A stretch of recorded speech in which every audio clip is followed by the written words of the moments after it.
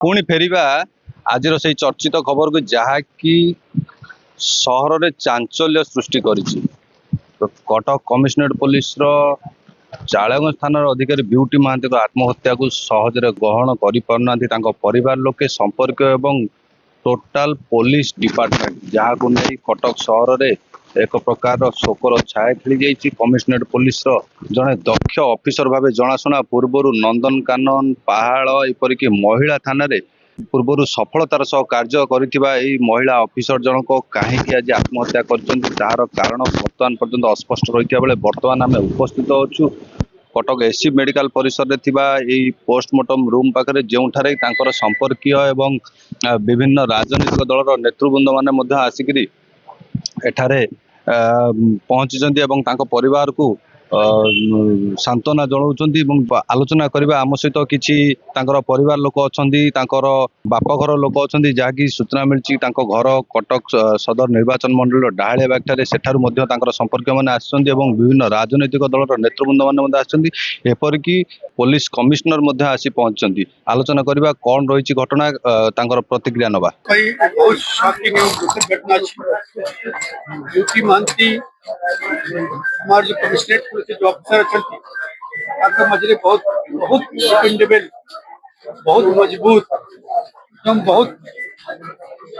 Professionally competent officer से जाहिर घटना कारण कौन थी घर लोग बहुत सब्जेक्ट अच्छी फिजिकली एवं मेंटली भी बहुत मजबूत केवल कौन सी समस्या कथा में कहीं ना सब बड़े लॉ एंड ऑर्डर हो कि क्राइम एटा हो सब बड़े दिन रात्रि से पार्लर भी देखी एटी भी देखु सब बड़े से ड्यूटी रहता टाइम रे भी थाना रहते पूरा करला पर ही कारण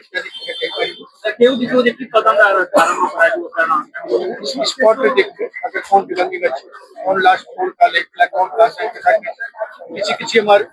जानकारी रे वर्तमान आसू छी जाको में वर्तमान अगर से परिवार किंवा किसी के कहीं ना सब बड़े से प्राय ड्यूटी रही बहुत समस्त कथावार्ता भी पब्लिक डीलिंग भी ठीक बहुत समस्त थाना लोक थे जे रूम रे थाना रूम रे खाली घरे जाई ना थाना रही खाइबा देवा पई तकर जो डलिया बार फोन करी से फोन उठाइला भाविला जे से बिजी थिबे उठाऊ ना कुछ काम करथिबे से रात्रि से भी खाइला नहीं तो से रात्रि खाई ना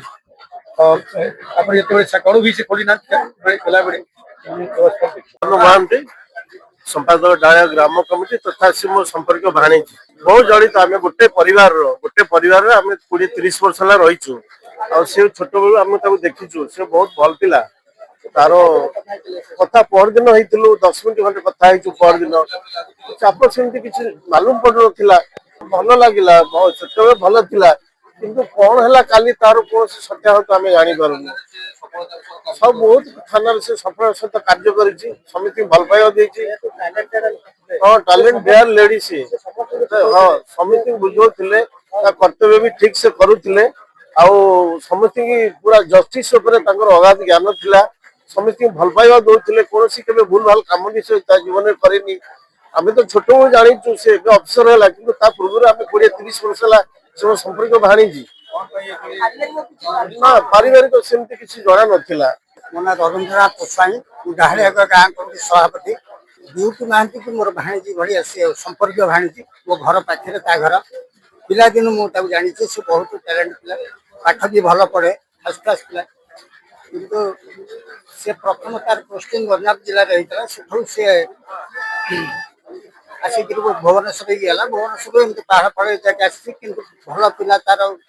माने व्यवहार एवं समस्त चलचलन बहुत भल एपरी से कहीं निष्पत्ति नाला मुझे बहुत मर्माहत ता भली पिला जड़े पूरा दक्ष पुलिस अफसर एपरी निष्पत्ति नब मुझे विश्वास कर पारे मो ब्यूटी महांती सुसाइड कर विश्वास कर पारे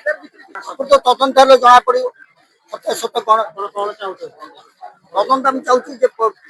তদন্ত করা যায় তার রহস্য উন্মোচন করা ତାଙ୍କରି ଅମରାତ୍ମା ପ୍ରତି ମୋର ଗଭୀର ଶ୍ରଦ୍ଧାଞ୍ଜଳି ଜଣାଇବା ସହିତ ପ୍ରଭୁ ଜଗନ୍ନାଥ ତାଙ୍କ ପରିବାରକୁ ସହାୟ ହୁଅନ୍ତୁ ଏତିକି କେବଳ କାମନା ପୋଲିସ ଡିପାର୍ଟମେଣ୍ଟର ଆଡିସନାଲ ଡିଜି ଅଛନ୍ତି ପୋଲିସ କମିଶନର ମହୋଦୟ ଅଛନ୍ତି ସବୁ ଥାନାର ଏସିପି ଆଇଆଇସି ଅଛନ୍ତି କଟକ ସହରର ନିଶ୍ଚୟ ପୋଲିସ ଅଧିକାରିଣୀ ଛଉଳିଆଗଞ୍ଜ ଭଳି ଥାନାର ସେ ଦିଗରେ ନିଶ୍ଚିନ୍ତ ଭାବରେ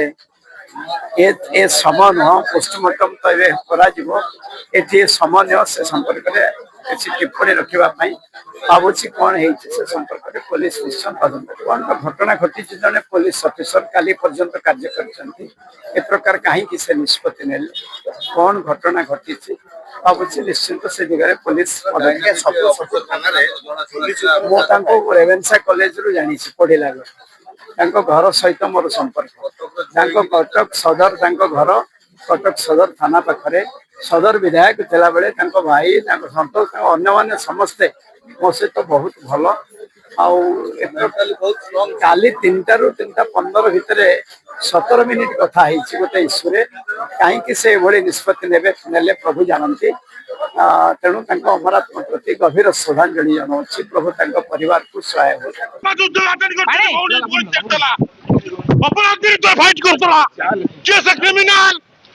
सुसाइड के बाध्य कला who is the criminal come my sister suicide और murder department I think it is murder suicide why is it ଯାହା ଶୁଣିଲେ ପ୍ରତିକ୍ରିୟା କି ତାଙ୍କ ପରିବାର ଲୋକ ମଧ୍ୟ ତାଙ୍କର ଏଇ ଆତ୍ମହତ୍ୟାକୁ ସହଜରେ ଗ୍ରହଣ କରିପାରୁନାହାନ୍ତି ଏବଂ ଯେଉଁ ରାଜନୈତିକ ନେତୃତ୍ୱମାନେ ଆସିଥିଲେ ତାଙ୍କ ସହିତ ଅତି ଅଙ୍ଗାଙ୍ଗୀ ଭାବେ ସେମାନେ ଜଡ଼ିତ ଥିଲେ ତାଙ୍କ ସହିତ ବହୁତ ପୂର୍ବରୁ ମଧ୍ୟ ମିଶିଛନ୍ତି ସେମାନେ ମଧ୍ୟ ଏହାକୁ ଅତି ସହଜରେ ଗ୍ରହଣ କରିପାରୁନାହାନ୍ତି ତେବେ ଯାହା ସୂଚନା ରହିଛି କି ତାଙ୍କର ଯିଏ ସ୍ୱାମୀ ରହିଛନ୍ତି ସେ ରାଜ୍ୟ ବାହାରେ କାର୍ଯ୍ୟରତ ଅଛନ୍ତି ଏବଂ ସିଏ ଆସିଲା ପରେ ହିଁ ଶବ ବ୍ୟବଚ୍ଛେଦ କରାଯାଇପାରିବ ତେବେ ପୂର୍ବରୁ ଅନେକ ଥାନାରେ ସେ ଦକ୍ଷତାର ସହିତ କାର୍ଯ୍ୟ କରିଛନ୍ତି ଏବଂ ଜଣେ ଡାଇନାମିକ ଅଫିସର ଭାବେ ମଧ୍ୟ କମିଶନରେଟ ପୋଲିସରେ ସେ ଜଣାଶୁଣା ଥିଲେ ତେବେ କ'ଣ ପାଇଁ କେଉଁ କାରଣ ପାଇଁ ସେ ଆଜି ଆତ୍ମହତ୍ୟା ଭଳି ଏକ ଘୃଣ୍ୟ କାର୍ଯ୍ୟକୁ ସେ ଆପଣେଇଥିଲେ ଏବଂ ଏଭଳି ଚରମ ନିଷ୍ପତ୍ତି ସେ ନେଇଥିଲେ ତାର କାରଣ ମଧ୍ୟ ଏବେ ପର୍ଯ୍ୟନ୍ତ ଅସ୍ପଷ୍ଟ ତେବେ ଯାହା କମିଶନରେଟ ପୋଲିସ ପକ୍ଷରୁ ସୂଚନା ରହିଥିଲା କି ଘଟଣାର ପୁଙ୍ଖାନୁପୁଙ୍ଖ ଭାବେ ତଦନ୍ତ କରାଯିବ ଏବଂ ଏହି ଘଟଣାର ତଦନ୍ତ ପରେ ହିଁ କାରଣ ସ୍ପଷ୍ଟ ହେବ ବୋଲି ଯାହା ଆମକୁ ପ୍ରତିକ୍ରିୟା ଦେଇଛନ୍ତି ପୋଲିସ କମିଶନର ଏସ୍ ଦେବଦତ୍ତ ସିଂ ତେବେ ତାଙ୍କର ଯେ ସ୍ୱାମୀ ରହିଛନ୍ତି ସେ ରାଜ୍ୟ ବାହାରେ ରହିଥିବାରୁ ବର୍ତ୍ତମାନ ପର୍ଯ୍ୟନ୍ତ ଶବ ବ୍ୟବଚ୍ଛେଦ କରାଯାଇପାରିନାହିଁ ସେ ଆସିଲା ପରେ ଅର୍ଥାତ୍ ଅପରାହ୍ନରେ ହିଁ ତାଙ୍କର ଶବ ବ୍ୟବଚ୍ଛେଦ କରାଯିବ ଏବଂ ଶବ ବ୍ୟବଚ୍ଛେଦ ପରେ ହିଁ ଏହି ଆତ୍ମହତ୍ୟାର କାରଣ ସ୍ପଷ୍ଟ ହେବ ବୋଲି ସୂଚନା ମିଳିଛି କଟକରୁ ଜୟଦେବ ପାଣିଙ୍କ ରିପୋର୍ଟର ଷ୍ଟୁଡିଓ।